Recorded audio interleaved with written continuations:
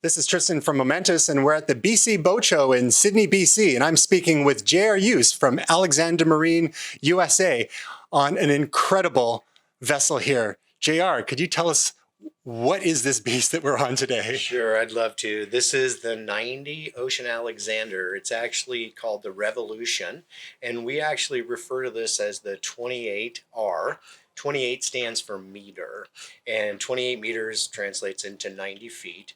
And in US dollars, this is about a $10.5 million boat for this particular boat. There's no two of these that are identical. We sell each one of these in such a way where we have them artistically built, so each one might have different wood features or different countertops or different features of carpet and soft goods. So there's not two of these that are exactly the same. So they're really kind of fun when you start looking at how unique they are. Who would be the target market for a boat of this scale and caliber? Well, why you would be perfect if you'd done really well, perhaps in the stock market, or you were into high tech. People that like Star Trek actually really like this boat, and we do see that a lot of people are leaning towards the idea of selling their homes and trading for this as a vacation home or a second home, because with this boat you have everything you need. You can stay comfortably on this boat on a year-round basis, or 6 months depending on how much time you would normally spend in, say, a vacation home.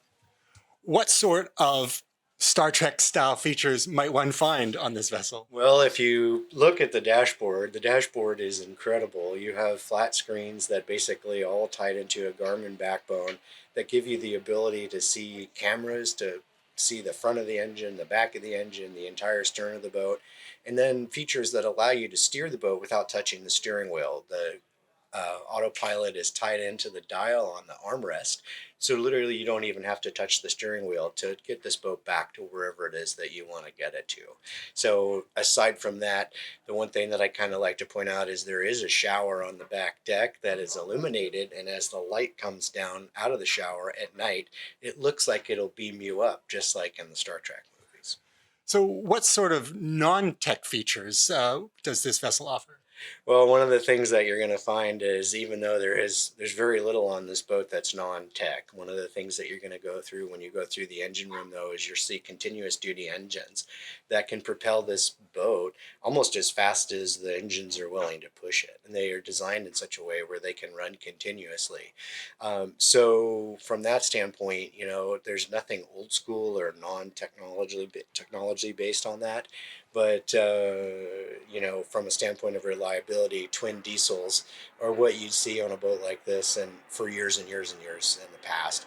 But we're taking it all forward with the new beam forward design, with a plumb bow and a wave piercing area in the front that actually cuts the waves. So as the boat cuts through the water, it's like cutting butter with a knife. Now, there is a special feature on the stern. What's that called?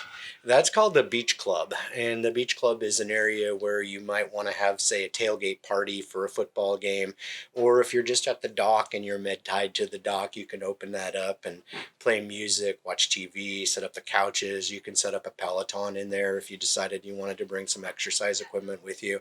So, and then with just half of the beach club is a submersible swim platform. So you can literally lower the swim platform into the water and walk down the stair into the water. So let's say you're in Desolation Sound and it's a beautiful 80-degree day and the temperatures of the water are comfortable. You can walk right into your basically a submersible beach back there, and simultaneously launch your dinghy or your small fiberglass boat back there, so that you can go crabbing and fishing and bring all the goods back from the sea.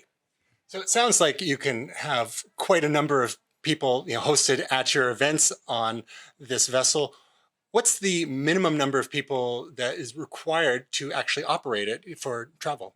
That's a really good question. Probably the most popular question that we've been asked at these boat shows. And one of the things that I would have to say is we have clients that are operating these boats on their own.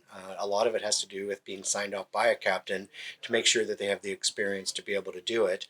But a lot of our clients prefer to be pampered, and with this boat, the people that we have that are considering it now will have their own private chef, and they'll also have probably a captain. And if the chef happens to be married to a stew or something like that, you could probably manage to do three in the crew quarters in this boat and be very comfortable. And the boat's suited to sleep a total of about 11 people. So three of which would be in two separate staterooms in the crew, and then the rest will be in the guest staterooms and then the on-deck master stateroom. So for context, what are the dimensions of this boat? So, it's 27 meters, which translates into 90 feet. The beam is 23 feet approximately. And because the way the boat is designed, the beam actually goes forward almost the entire length of the boat and comes to what's called a plumb bow. And by having that, along with the wave-piercing bow, you get a lot more usable space in the forward section of the boat. So all of a sudden, the interior volume of the boat is exponentially larger than anything that we've ever built in the past. In fact, this pilot house, if you look at my wingspan, which is about 6 feet, I'm not even to the center portion of the boat because this window actually extends out over the side deck, which gives you the full 23 feet of beam inside here. So this volume, I mean, it's you can't match it on anything we've ever offered in the past in the size range. I've had clients that have boats that are 100 and over 100 feet that say there's as much room in this boat as what they've had in their boats that are at 100 feet or larger. And this is all 90 feet. So with that sort of size and width, how does that affect the range, the operating range, and your speed, your cruising speed ultimately? Well, a lot depends on you. I mean, if you have the tolerance to use more fuel, it's certainly capable of going fast. But at 10 knots, you're looking at with 3,000 gallons of fuel, probably over right around 1,000 miles range, 9-knot range. So when you look at the size and the comfort and all the stability features that are built into the boat, you'll find that the slower speeds you're really comfortable, and at the higher speeds you'll be comfortable too. You're just going to use a little bit more fuel. And to close off, JR, what is your absolute favorite feature of this boat?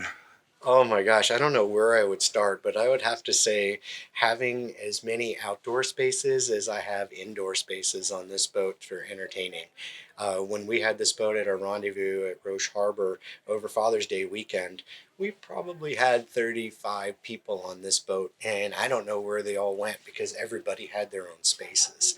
And I would have to say for entertaining, this is probably one of my favorite models in the Ocean Alexander product line. However, when you start looking at some of these new ones coming in that are a little bit bigger, it's pretty exciting about seeing some of the future changes that are coming.